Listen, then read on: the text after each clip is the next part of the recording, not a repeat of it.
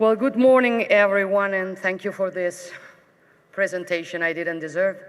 I'm very pleased to be here today in Astana and to take part to this important event of discussion and dialogue promoted by President Tokayev and the Kazakh government.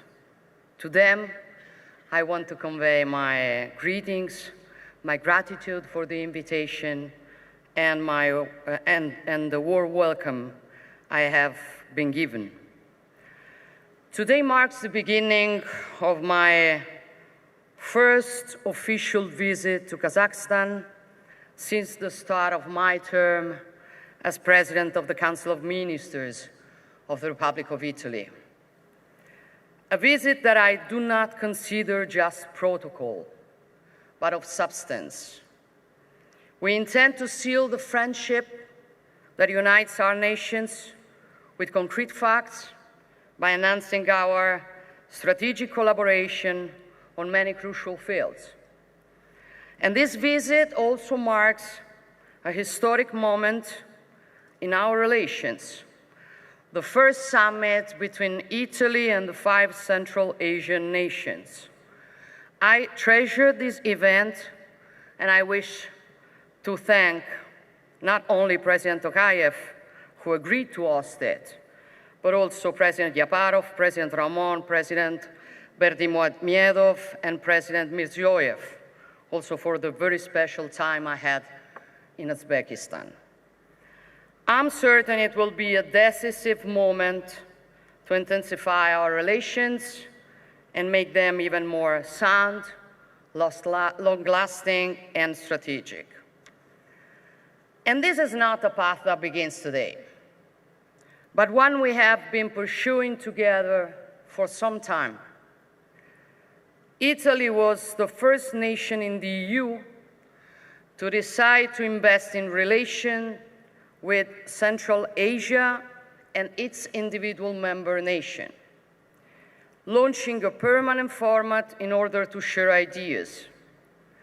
We have shown the way, and our example has indeed led the path, as proven by the first EU Central Asia Summit last April, which not surprisingly elevated the relations between the region and the European Union to a strategic partnership.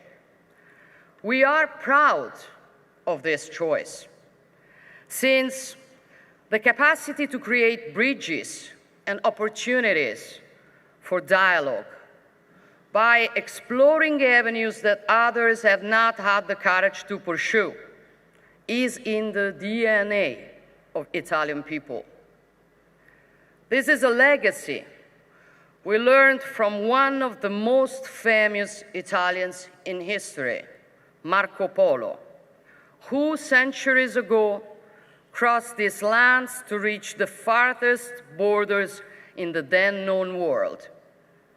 There is no better symbol to describe what we celebrate today: cooperation, vision, responsibility, but also the ability to look beyond the horizon and to learn, to understand others, their values, their potential, with respect and with humility. One of the fathers of modern geopolitics, Halford Mackinder, made the argument that Central Asia represents one of the pivots around which the fate of the world revolves. I'm not a geopolitical scholar, but I simply observe reality. And reality tells us this region has always been a crossroads between the West and the East, and occupies a strategic role in the global scenario. Moreover, in difficult times as those we are in. Central Asia has always been a bridge. The transformations and changes this part of the planet has undergone over the centuries have made it what it is today. The hinge between 2 continents, the point of contact between Europe and Asia, the junction between worlds that once were very distant, but now are more interconnected than ever. And I know what it means.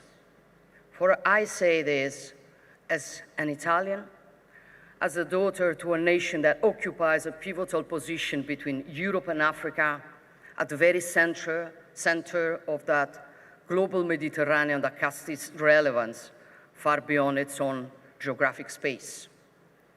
So I believe there is no better place than here to ponder the connections that bind us and those we can build without fear of going beyond the patterns to which we have been accustomed. That is why new opportunities of cooperation can be created, even among, maybe moreover among, partners who are seemingly far apart and have profoundly different histories. Partners who, however, are capable of seeing the chessboard as a whole and not just a single quadrant that apparently concerns them most closely. This is Italy's approach, and I know it is also your approach, in the direction of a truly global interconnection from Asia to Europe, from the Mediterranean to the Indo-Pacific. But if we really want to shape the future, as the title of this forum invites us to do, we must have the courage to look beyond our geographical boundaries and pave new paths. Starting, of course, with what already unites us and makes our relationship extremely strong. I'm thinking of the energy sector, where our cooperation can help make a difference, both in the more traditional and the more innovative fields, in line with that technological neutrality principle that we are committed to affirm to secure sustainable economic and social systems. I'm also referring to critical raw materials, where our collaboration aims to generate shared benefits and mutual opportunities. I'm not forgetting environmental challenges, as the one in which we are at the forefront of regeneration efforts in the Aral Sea, heritage that it is our task and duty to protect. The Italian Climate Fund is an important tool we would like to harness even more to strengthen further shared projects. Our interconnections also look to digital and physical infrastructures, of which the middle corridor is probably the most promising and fascinating challenge. We strongly believe in enhancing this project, which is at the core of this strategic partnership initiated with the EU in Samarkand, and can make a significant contribution to supply chain security and stability, both to and from Europe. The interdependence of our destinies is a fact. Even when we are called upon to jointly defend our security, the security of our citizens, the security of our people, we must continue to join our efforts also to fight terrorism, dismantle transnational criminal organizations that profit from drug, arms, and human trafficking. So, dear friends, everything around us seems to be changing. And the few certainties we thought we had are no longer there. In this shift in epoch, the homogeneous blocks of the past no longer exist, and relations between nations are based on new and very often unprecedented patterns.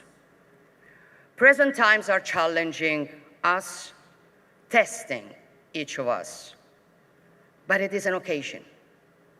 It is an occasion of showing our value, and it is up to us to decide how to act.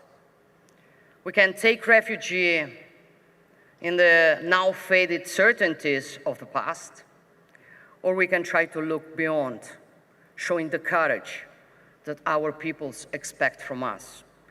I have no doubt, and I know that I'm not alone along this path.